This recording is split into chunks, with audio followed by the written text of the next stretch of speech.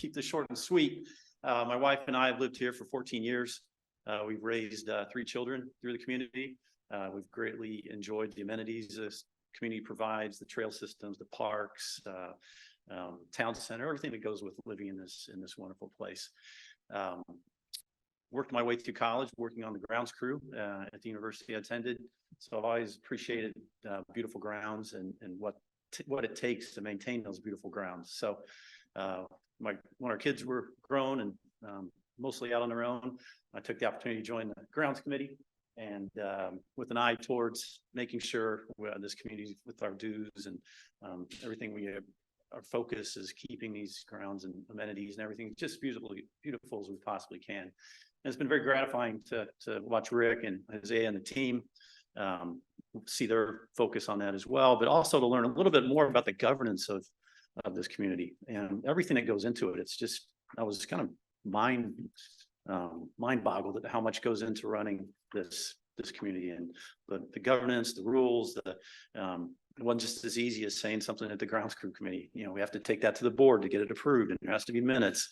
And I think that's very, very important because we all work very hard and to pay our monthly dues every month. So it's important those are taken care of. So I can promise you as a candidate and as a board member, I'll always have an eye towards fiscal discipline, transparency, planning, making sure we're not one of those communities that runs into issues down the road with insufficient reserves or having to do crazy things with our fees or assessments and things like that. So that and keeping an eye on the grounds. So I'm humbled, especially after reading Rick's column in the last magazine. Ravi, I can tell, is a very well respected member of the board, and I know it's heartfelt feelings that you say that with him moving on. So I can assure I'll do my best to fill the shoes the best I can.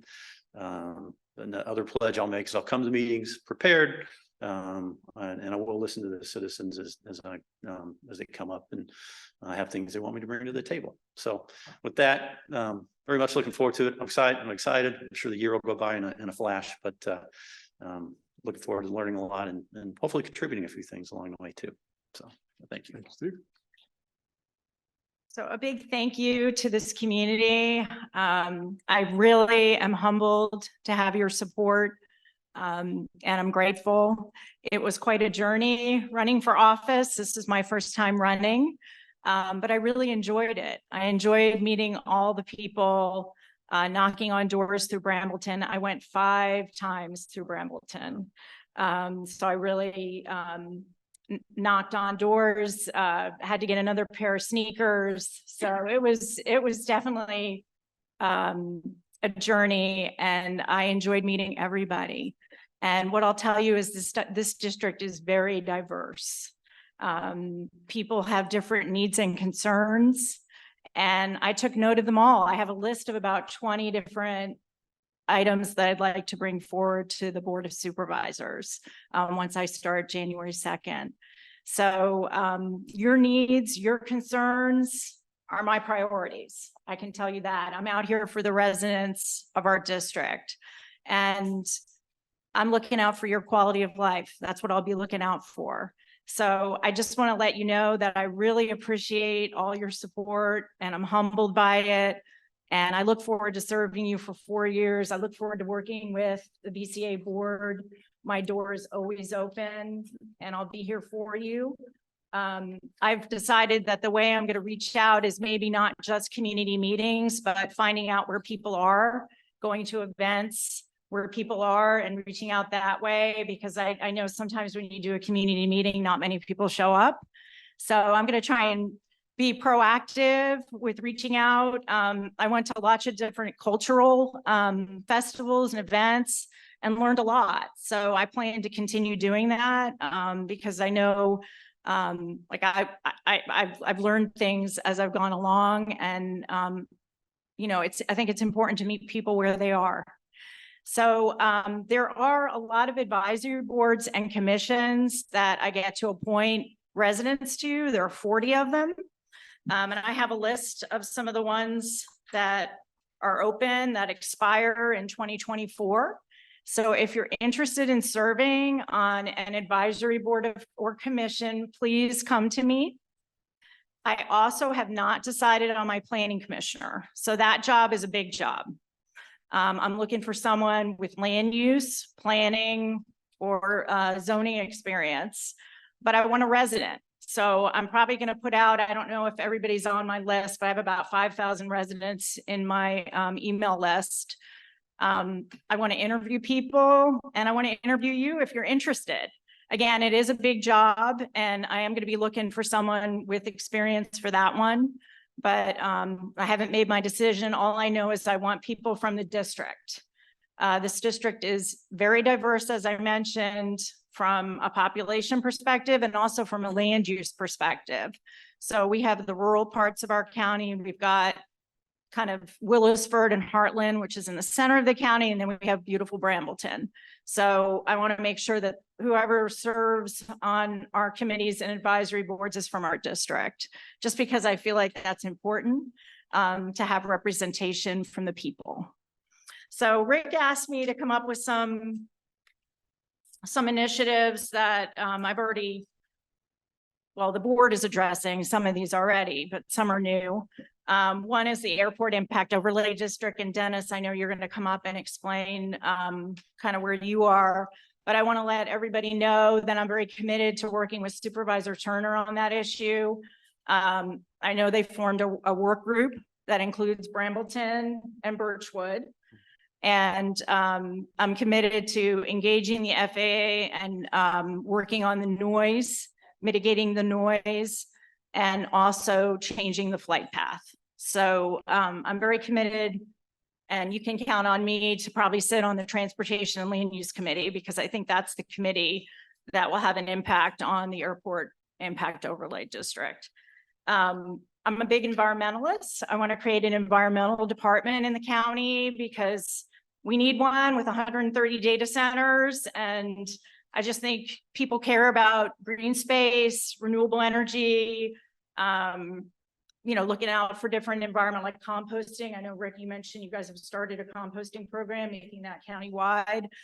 And one thing is the loud and invasives program that your HOA brought up.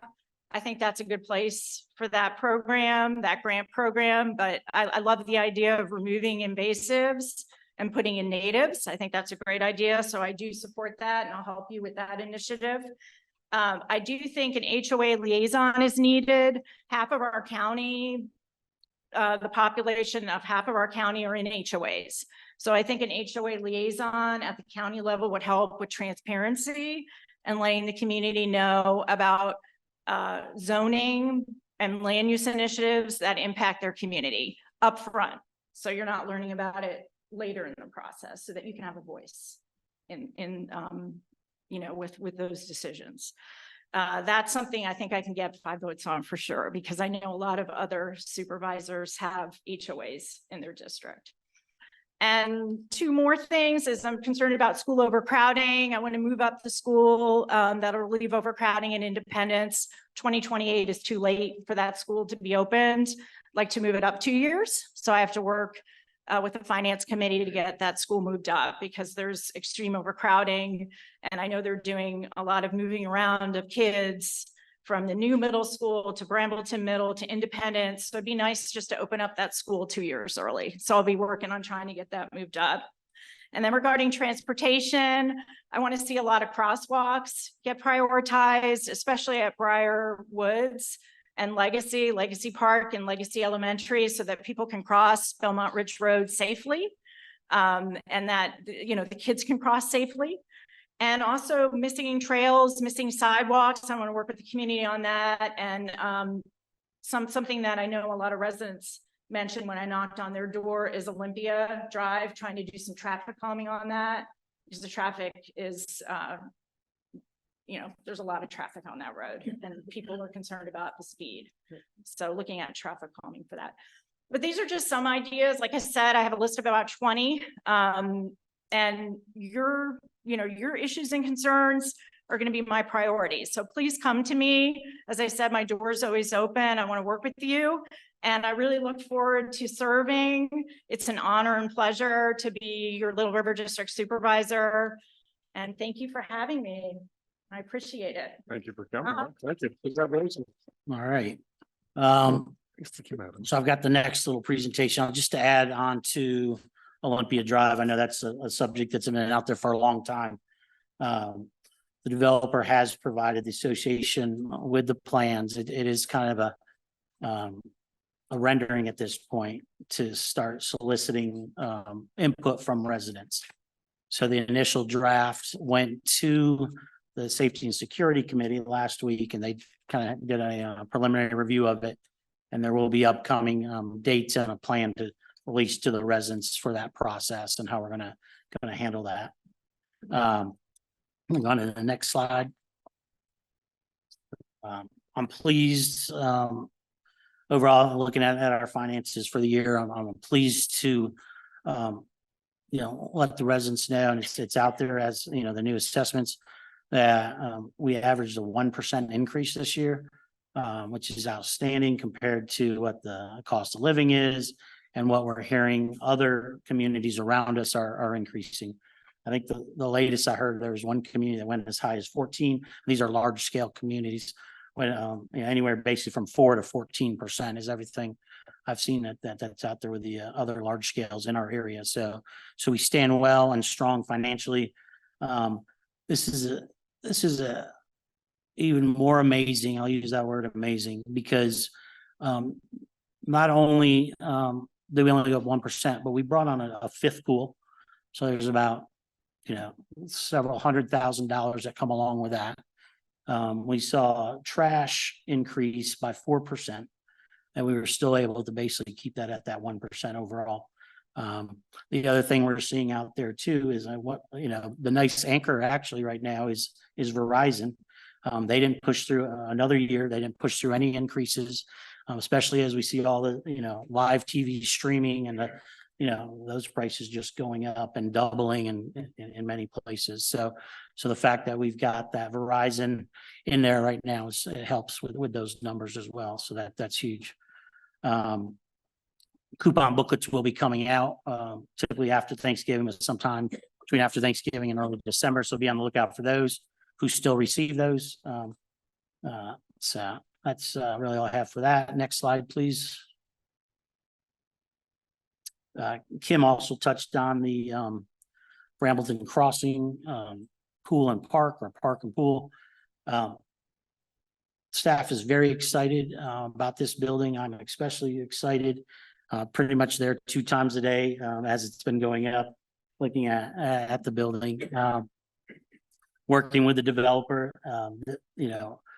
working with the developer has saved the association millions of dollars by able to turn this building from kind of a community, and I don't want to say from a community, it'll still be community use, but basically going into and outfitting the interior to staff space, to the office space.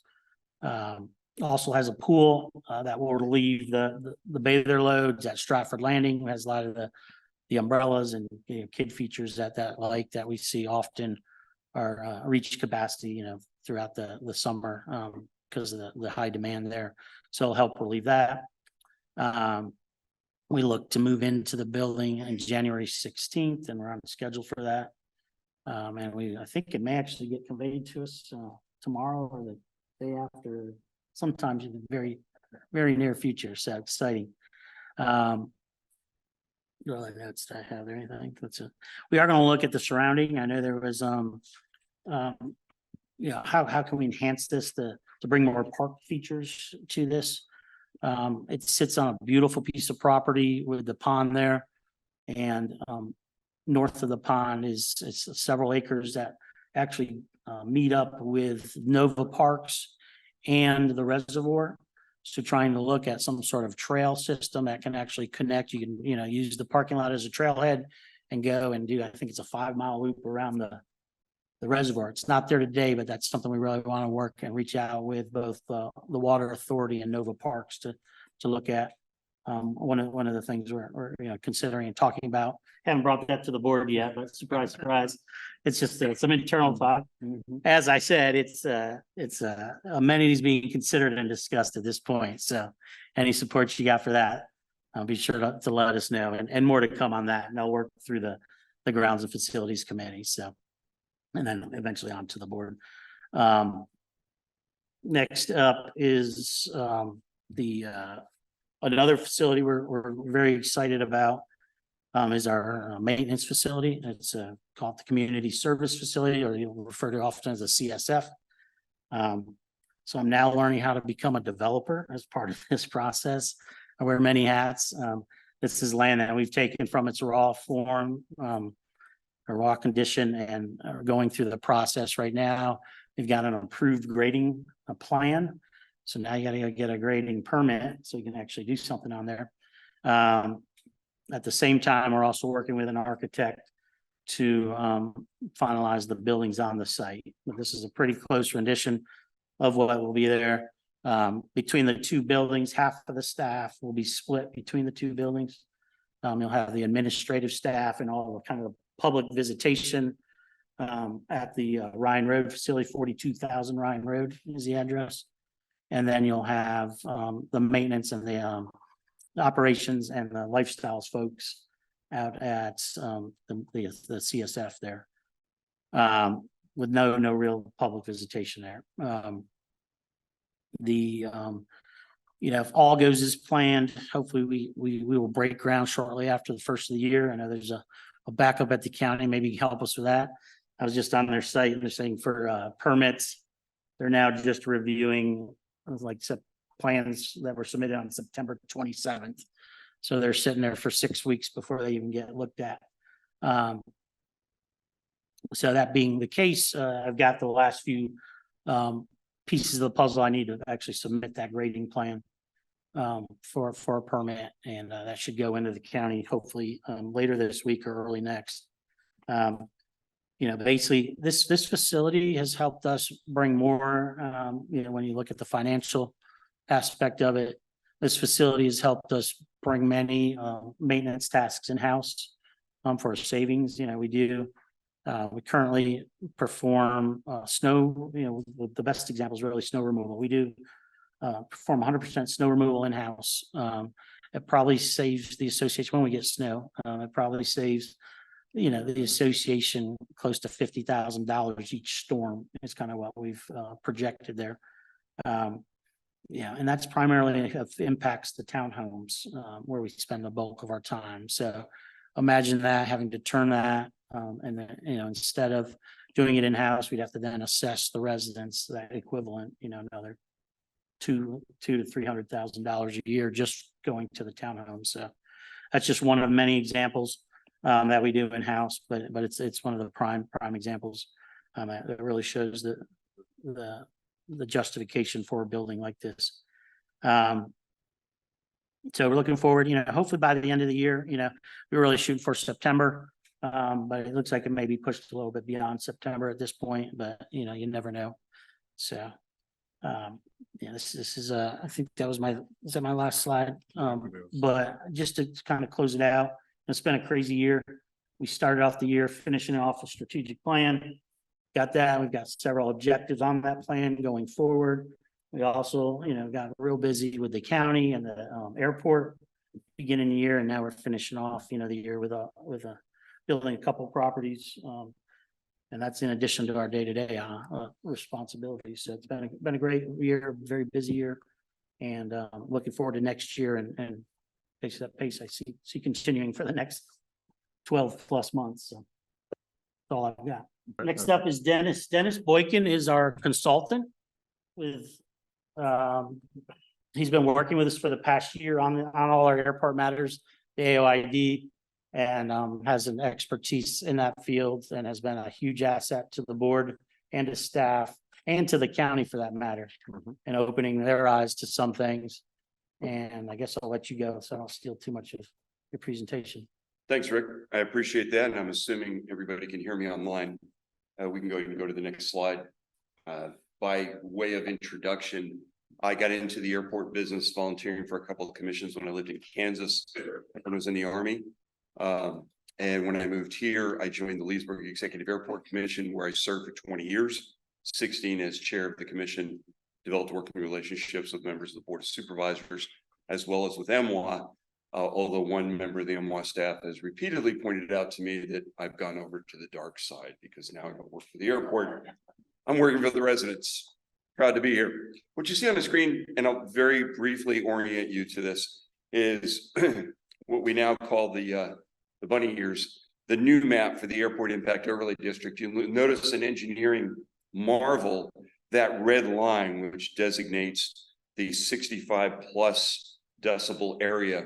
You'll notice that there are some very acute corners where the sound actually turns corners and turns left and right and doesn't go any farther than that line.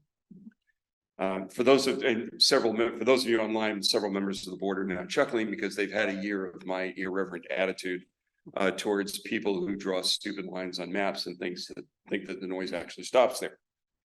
I'll talk you through the timeline here very briefly, and I will be available afterwards for questions. And any resident who wants to reach out to me for questions, my email is very simple. It's boykindennis@gmail.com. You can email Rick and he can forward it on to me. I'm happy to talk to anybody and let you know what's going on. But these lines represent the new guidance for zoning, which was approved in January of this year. And we obviously have an issue. For orientation purposes, you see the runways on the right side, north to the top of the screen. And you see in the upper right-hand corner of the screen where the red line pretty much draws out directly off of runway 1 left. But on the left side of the screen, we go different directions. And let me explain that in the next slide. What I do want to point out is that your board's been very busy over the last year. They have dedicated themselves to approaching the issue at runway 30. That's all we care about is runway 30. They've appointed an action committee. They hired me. They've consulted with land use attorneys. We've had a lot of meetings with members of the board. And unfortunately, we did not get in front of that vote in January to approve that. Now we're going to work to fix what came about from there. And I'll take you through a timeline here and address the community working group that Laura and Rick had referred to previously. Let's move on to the next slide, please.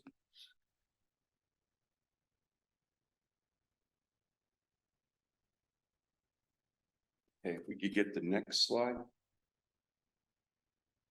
There we go. So this timeline indicates that in 1993, MWA, the airport authority, submitted a noise study for review by the FAA and for Loudoun County for governance of land use. And we've been operating under that noise study for, add up the number of years, basically 30 years. And of course, Brambleton was approved in the 1990s. But during the period of time before Brambleton started being built, the FAA started moving airplanes in different directions. Now, the way Dulles currently has 4 runways, but the primary departure runway is runway 30 right over our heads. That's their primary departure. And that runway does not physically touch the other 3. And that matters for their bureaucratic rules that if it doesn't touch, that means they can be landing on to the north and taking off to the west. And basically the airplanes just go past each other and it works. But they started revising departures off 30 to where as they head out runway 30 is 300 degrees and it's northwest. They start turning left to right. About 40% of the flights turn left and 40% turn right within 400 feet of the ground. Basically, they break ground, they climb 400 feet, and then they're turning one way or the other. And when they're turning right, they're right over our heads. They didn't really bother to tell MWA what they were doing. Believe it or not, the airport authority and the airport manager don't really pay much attention to air traffic control. So long as they have throughput, they're happy. They're more interested in making United Airlines happy so that United builds more gates and they have more jobs. That's their primary customer is United Airlines. But in 2015, my friend Chris Brown, retired naval aviator, advised the Board of Supervisors by letter that he had discovered what they were doing because he's like, I am a pilot. And he said, we've got an issue here, but it took him 2 years to finally get around to letting a contract and another 2 years to finally get a noise contour study done and submitted by 2019. Of course, in 2020, COVID hit, so everything kind of went silent. Meanwhile, while the left hand is talking about bureaucratic things, the right hand, the county, is allowing all kinds of construction to go on, including your homes, your neighborhoods, your development. All got built while the FAA is out doing something on their own. And it becomes entirely likely in this process, the FAA did not follow their own rules regarding the change of procedure. And that's one of the things we'll be working on over the next year. Move on to the next slide, please. So in January, with much Sturm und Drang, as my friends in Germany say, and a whole lot of wailing and gnashing of teeth, we finally got through this process, and the board, several members of the board disappointed us and voted for these new lines on the map. Supervisor Turner, however, did not agree with that vote.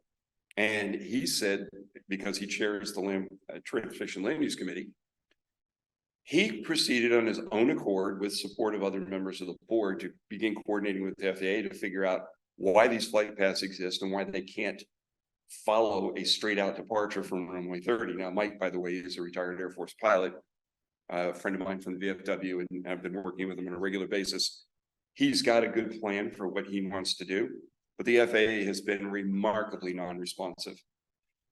I've been dealing with the FAA for almost 50 years. I've never seen them this bad. It's really awful. And it is the FAA that drives this process.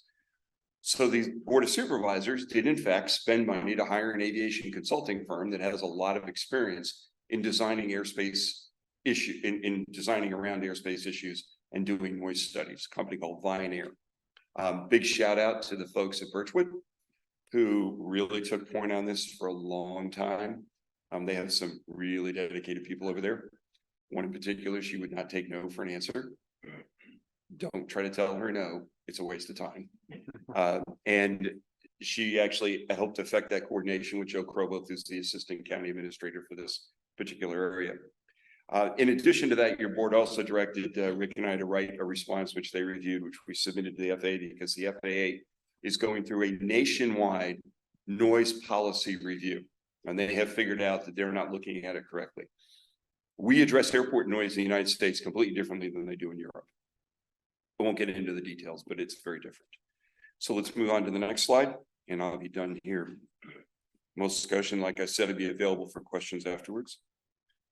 So this map overlays the new Airport Impact Overlay District with the election districts to show you that that Dulles impacts multiple election districts. In fact, I think all but 2 in the county are affected by noise at Dulles. Some to greater degree than others, but it touches everywhere. And I just wanted to show you that it's not important in the details of this where things line up, except that in this map you do see the 5th runway. There are 2 northwest southeast runways. That one to the bottom closest to Route 50 is the 5th runway, not going to be built for anywhere. I'll be long since retired, moved to Florida by then, I hope. No, not moved to Florida. But let me move on just real briefly. I want to show you the next slide, please. This is the level of detail to which we track these things. I actually took a few columns out of this, but we understood where we were politically and trying to get a decision out of the board, so we track it very closely. Note to anyone who happens to be a member of the Board of Supervisors listening to this presentation, no names mentioned, Laura. We pay a lot of close attention to what members of the board are doing. And we do know who our friends are and who's not paying attention to what we're trying to get done. And what we're trying to do, or what your board is trying to do, we'll go to the last slide, is we are working with the Loudoun County staff as well as the Board of Supervisors, and we'll be a leading member, not just a member, but a leading role in the community working group. I talk to to Joe Kay at the county staff on a regular basis, as does Rick. And what we're pushing for is to eliminate the low altitude turns at high power settings from airplanes headed for Europe while you're trying to watch reruns of Rizzoli Niles, which come on at 8:30 every night. Don't ask me why I know that. That's annoying, and we want to fix that. We are up against a bureaucracy in the FAA that really doesn't care. It's not in their best interest to change things because they want to get those airplanes off center line so they can bring the next one out. That's their rules. They don't want them to go straight out. And we're not going to get any assistance from the Metropolitan Washington Airports Authority because they're afraid that will slow down their throughput and that will impact their relationship with their biggest customer, United Airlines. So they're very worried about that. So you're not getting any assistance from any of those. We are going to get assistance from members of the Board of Supervisors. They've already promised that. No, I didn't twist Laura's arm. She offered that before I said anything, but I have other members of the board who said, yeah, we've got to get back and readdress this because obviously the lines that the board drew on the map made absolutely no sense whatsoever.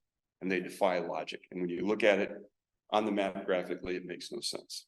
So I'd like to thank you all for letting me be of support to you. Look forward to supporting you again over the course of the next year. This is going to be a long fight. It's not going to be over next month. We knew that going into this year that it's probably another couple of years before we get this back to where we want it.